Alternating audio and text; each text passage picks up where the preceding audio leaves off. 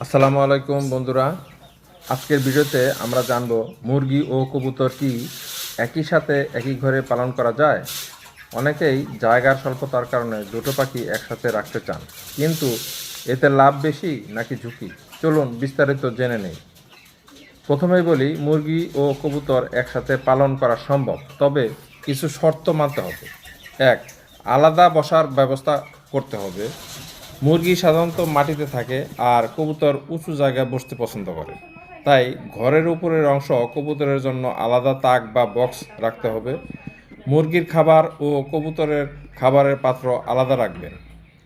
2, রোগ প্রতিরোধ ব্যবস্থা। মুরগি ও কবুতরের রোগ আলাদা হলেও কিছু ভাইরাস একে অপরের মধ্যে ছড়াতে পারে, তাই নিয়মিত টিকা, ভিটামিন এবং জীবাণুনাশক স্প্রে ব্যবহার করতে হবে।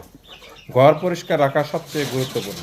3, খাবার ব্যবস্থাপনা। মুরগির খাবার বেশি হলে কবুতর খেয়ে ফেলতে পারে, আবার কবুতরের দানা মুরগি খেলে অপচয় হতে পারে, তাই নির্দিষ্ট সময় অনুযায়ী আলাদা আলাদা খাবার দিন। 4, বাচ্চা থাকলে সতর্কতা। মুরগি ছানা বা কবুতরের বাচ্চা থাকলে আলাদা খাঁচা ব্যবহার করাই ভালো, কারণ বড় মুরগি কখনো কখনো ছোট কবুতরকে আঘাত করতে পারে।